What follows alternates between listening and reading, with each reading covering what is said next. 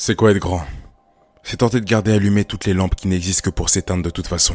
Et puis leur lumière est loin d'être intacte, puisqu'elle aussi connaît le temps, l'ennemi de tout ce qui existe. Alors l'éclat de midi n'existe qu'à midi et je ne saurais dire où mène ce préambule. Peut-être que j'ai simplement besoin de murmurer des questions aux réponses muettes. Peut-être que quelqu'un quelque part saura qu'il n'est pas le seul à s'interroger, à s'interloquer de la manière dont se poursuit la partie quand on est enfin devenu grand. Parce qu'en cet instant précis, personne ne vit ce qui était prévu, ce qui était absolument évident dans nos esprits autrefois. On en est si loin maintenant, si loin que rien d'autre ne semble avoir existé ne serait-ce qu'en rêve, si loin du plan initial, et parfois même de nos propres sourires. Le monde il raconte que les gens attendent maintenant d'être sauvés. Est-ce qu'ils sont fatigués, seulement fatigués d'être aussi loin d'eux-mêmes? Je me demande à quel moment on est passé du gosse qui s'imaginait tout arrangé avec une cape sur les épaules, à l'homme qui cherche seulement un regard bienveillant au fond d'un verre un peu trop chargé. Et il faut le croire, les gens attendent vraiment d'être sauvés. Dehors, chez eux, dans les gares, ou je ne sais dans quel autre lieu dans lesquels la foule amplifie leur solitude. Et c'est parfois d'eux-mêmes qu'il faudra les sauver. Et c'est comme ça.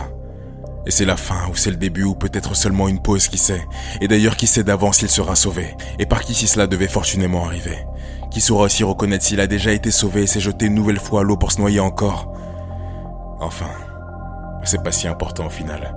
Parce que le voisin n'est pas mieux, il n'est pas pire non plus, il est juste perdu. Perdu comme les autres, et les couronnes blanches ne sont pas plus épargnées de l'égarement que ceux qui perdront leurs premières dents ce soir. Et j'ai marché avec les hommes. Un peu. J'ai marché en écoutant et ils ne savent pas, ils ne savent rien de la vie, seulement comment elle fonctionne, en tout cas à peine. Mais c'est une chose de déchiffrer l'horloge et c'en est une autre de comprendre le temps. Mais si l'horloge ne suffit, alors il doit bien y avoir une idée simple à laquelle s'accrocher aussi, dans ce mystère qu'est la vie. Mais ce qui est simple par contre, nécessite souvent beaucoup trop de fouilles pour ceux qui pensent avec intention. Alors ils ne devraient pas y penser.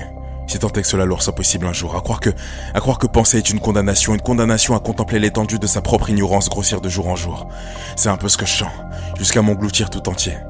Peut-être que je m'en sortirais mieux à poursuivre des mensonges. Mais ceux qui ont emprunté ce chemin ne voient pas non plus de fin par là-bas. Alors je sais plus rien. Et est-ce que c'est ça être grand? C'est se rendre compte. Se rendre compte que tous les chemins mènent à l'ignorance. C'est se rendre compte, ouais. Je crois qu'après tout, j'aime assez cette définition.